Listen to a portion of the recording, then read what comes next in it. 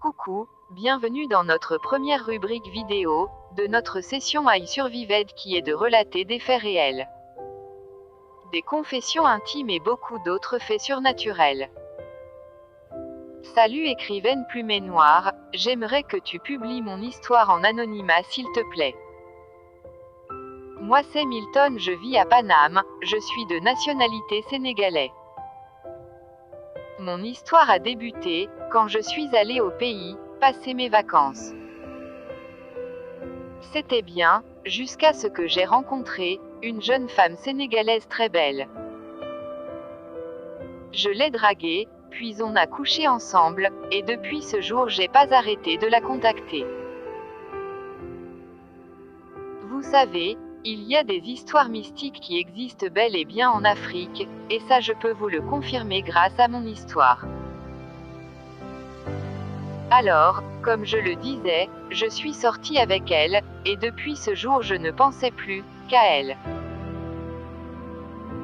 Quand j'ai voulu savoir où elle habitait, elle m'a dit, d'abord qu'elle est une orpheline de père et de mère. Qu'elle n'avait pas de frère, ni de sœur. Elle m'a dit qu'elle vivait loin de la ville, je n'ai pas trouvé de soucis.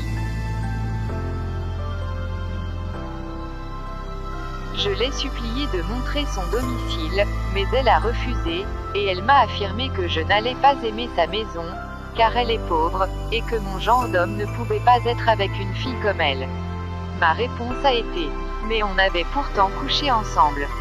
Alors pourquoi refuser, que je voie ta maison ? En effet, je voulais du sérieux avec elle, puis elle m'a indiqué son quartier après mes nombreuses insistances. J'ai proposé de la ramener mais elle a refusé, j'ai donc pas insisté puis je suis allée à l'hôtel.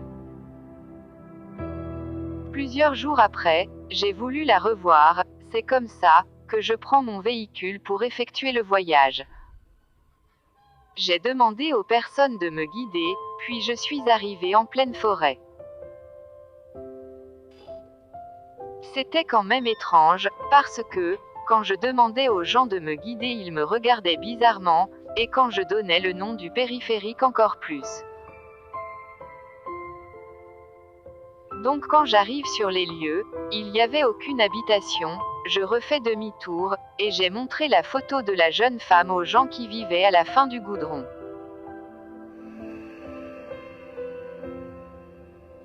Certains m'ont dit qu'ils ne la connaissent pas, et d'autres m'ont dit la connaître, mais qu'elle est morte et beaucoup de personnes se sont fait avoir par les djinns ici, qui ont certainement pris sa forme pour se faire passer pour elle. Depuis ce jour je n'ai jamais remis mes pieds là-bas. C'était mon histoire que j'avais à vous partager. Si vous avez aimé cette vidéo, veuillez partager et vous abonner pour ne pas rater la prochaine histoire. Rubrique 2, merci d'avoir patienté pour la suite de la vidéo. Voici votre horoscope du jour.